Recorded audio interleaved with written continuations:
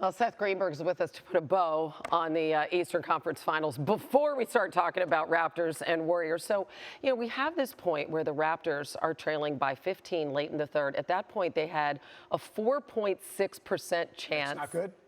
of winning. No, that's not good. But Kawhi really heated up. This is why they traded for him to get here. How did they pull it out in the end? They pulled it out at the end of the third quarter on that 10-0 run. And Kawhi Leonard, he was absolutely terrific. But I call him now, he's the medium-sized fundamental because he's not little, he's not big. He just always makes the right play.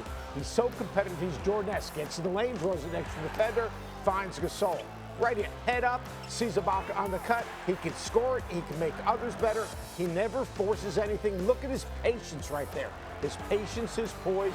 He was Jordan-esque in this series. And then, by the way, every Batman has a Robin. The heart and soul of the Raptors is right there. The little fella, Kyle Lowry, comes up with the steal, makes the right play, took a huge charge in this game. Kyle Lowry's toughness, his relentlessness, his physicality defensively, combined with Kawhi.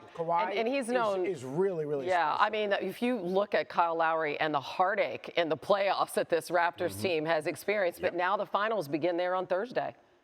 We heard Chris Middleton say that the Bucks fell short of their goals. Looking ahead to next year, what needs to change in your opinion for Milwaukee? Well, I think that Chris Middleton needs to re-sign. I think that's going to be really important for Milwaukee. But they need one more piece. Now, I've got the perfect piece for them. They need a guard who can just flat out score it. Now, they're not going to get this piece, right? But you know what? You put Kemba Walker on the Bucks, a guy that could just go flat out, get a shot anytime he wants it, to take some pressure off of Giannis, and all of a sudden, you know what you have? You have a championship team. Giannis is going to grow from this experience. Middleton's a very good player. He can defend. Bledsoe, you just can't count on him offensively. He competes defensively. You put Kemba on this team, whoa. You're talking about a dynamic team and somebody that can really complement what Giannis does. Not going to happen, but you know what? You never know. You can dream. Yeah, Giannis has to hit those free throws too. Work on that this summer. Just put it on the list. Giannis and the Bucks lose 4 straight games to end their season, and he said post-game that he takes a lot of pride in working on things on the offseason to improve.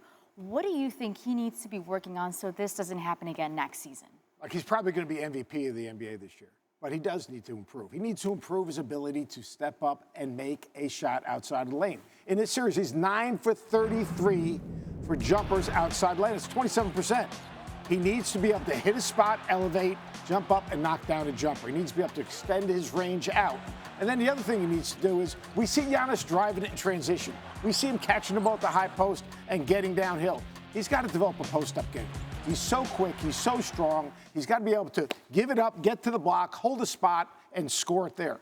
He takes those two parts of his game and develops those, and all of a sudden, unstoppable. It's the difference between playing in the regular season and playing in the playoffs. When you play in the playoffs, it's like Major League Baseball World Series. You're playing against the other team's best pitcher. You've got to have more tricks in your bag. Talking about a complete player, look on the opposite bench, Kawhi Leonard, and you were saying in the green room that you just never see this guy make mistakes. However, the Raptors were down a significant amount, erasing a 15-point deficit, So big picture, what does that tell you about Kawhi and the Raptors? He's got a championship pedigree because of his past experiences. But when I think of Kawhi Leonard, I think a guy that always makes the right play. He can score it, but he can also read the defense and make plays for others. You're talking about a guy like Kawhi Leonard that poise, patience, lets plays develop, plays with tremendous strength, and he has great trust. And I think that's the thing that you got to understand. Then you got a guy like Kyle Lowry. You're talking about a guy that has tremendous toughness. He's the heart and soul of this team. You're talking about making plays on the defensive end and the big threes that he made when the Raptors were struggling. He makes big shots, and defensively, he is relentless. And he's a guy that is not afraid to, bam, right there, give up his body, step in and take the charge. The steal, the charge, the big threes. He's the heart and soul of this Toronto Raptors team, and Kawhi Leonard is the perfect piece to complement him.